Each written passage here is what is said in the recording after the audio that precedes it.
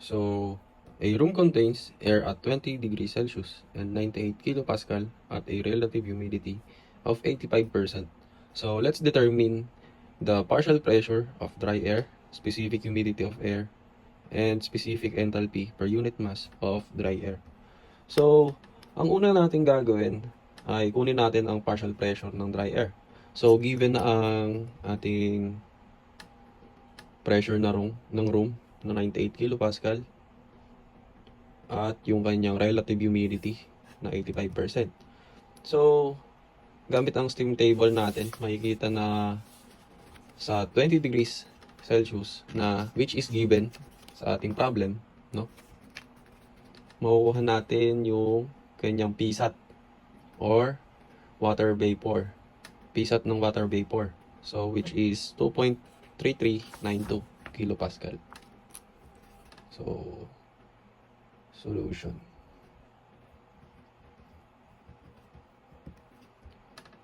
So, ayun nga, 2.3392, di ba? Kilopascal. So, since ang relative humidity natin ay 85%, ang actual vapor pressure ay, ito yung formula niya. Pressure ng water vapor is equals to relative humidity times PSAT. So, yung relative humidity natin is 85%, no? Or 0.85 times natin sa PSAT na 2.3392 kilopascal. Para makuha natin yung pressure ng water vapor, i-calculate natin yan. So, 0.85 times 2.3392. So, ang sagot natin is 1.9883 kilopascal. Ito yung ating pressure ng water vapor. Para makuha natin yung partial pressure ng dry air, ito yung need natin. Pressure ng water vapor, no? Ngayon, kunin natin yung partial pressure ng dry air. Ano yung formula nun? So, P dry air, pressure ng dry air, is equals to 98 kilopascal, which is yung given natin na room pressure minus itong pressure ng water vapor na 1.9883 kilopascal. So, ano nga ba ang sagot natin? So, i-compute natin. 98 kilopascal minus 1.9983 kilopascal is equals to 96.0017 kilopascal. So, ayun yung partial pressure ng dry air. Meron na tayong A, no? Ayun, sagot natin sa A. So, sa B, okay na tong A. Yung sa B naman tayo. B. Ito yung sa A. So, paano nga ba natin makukuha yung specific humidity ng air? So, kailangan natin makuha ang specific humidity or dami ng water vapor per kilogram ng dry air, no? So, ano nga ba yung formula ng specific humidity? So, ang specific humidity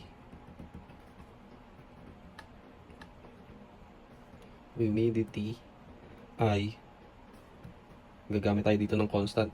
Ang tawag dito ay ratio of molecular weight of water vapor or dry air. So, ang value nun is 0.622. Wala siyang unit.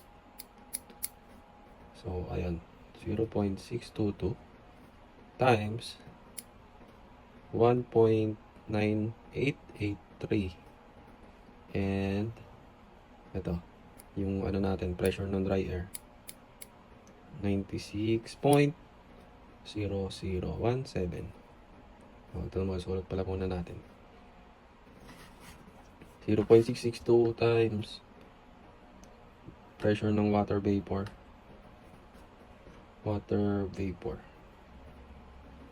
Tsaka pressure ng dry air.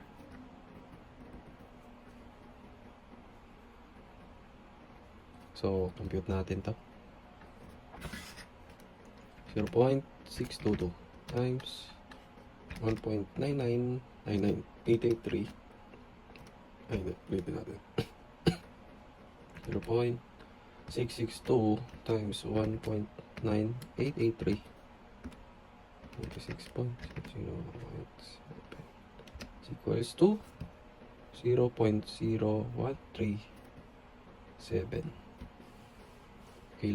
kilogram per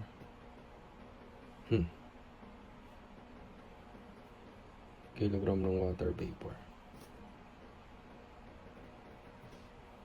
per kilogram ng dry air.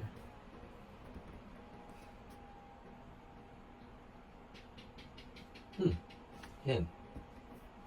Meron na tayong specific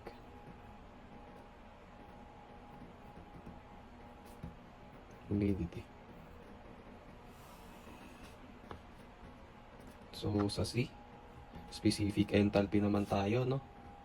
So, nahanapin natin ang specific enthalpy ng air-water vapor mixture. So, this is the total energy content sa hangin. So, gamitin natin yung formula na specific enthalpy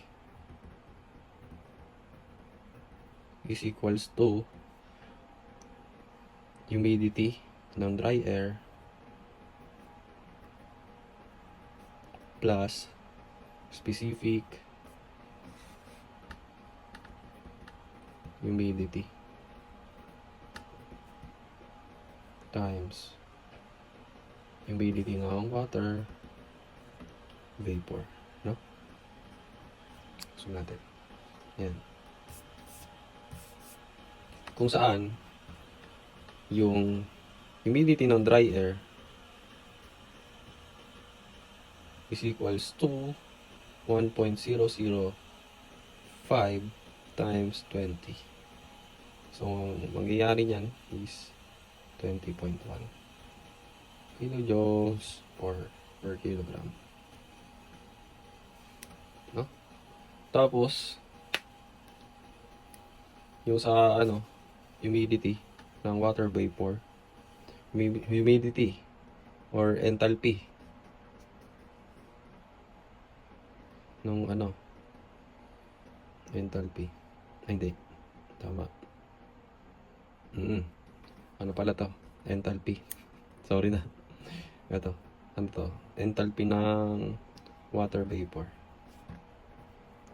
Ito yung kukunin natin sa sa steam table. Ito siya. 20 degrees enthalpy. Ito yung saturation. 2537.4. Ito yung 2537.4 kilojoules per kilogram. Tapos yung specific humidity.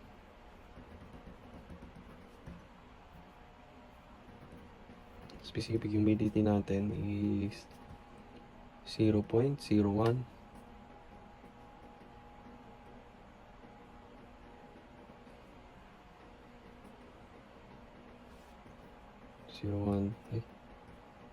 289.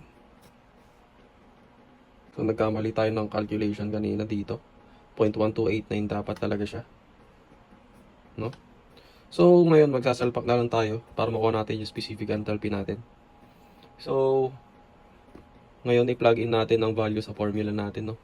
So, ang need natin is 20.1 plus 0.01289 times 2537.4. So, calculate natin yung second term, no? Yun muna. So, 0.01289 times 2537.4 is equals to third. No, calculate natin. 0.01289 plus 2537.4. Sagot natin. Ang sagot natin is 32.70771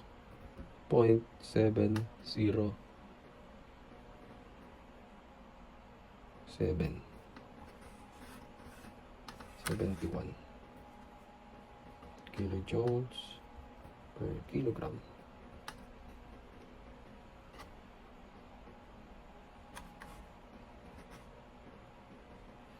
2537.4. So, next natin, yung kunin na natin yung total na naiwan dito. Well, maging 20.1 plus 32.7071. Compute natin. 20.1 plus 32.7071. Ang sagot natin ay 52.81. 8071 or 52.81 kilojoules per kilogram.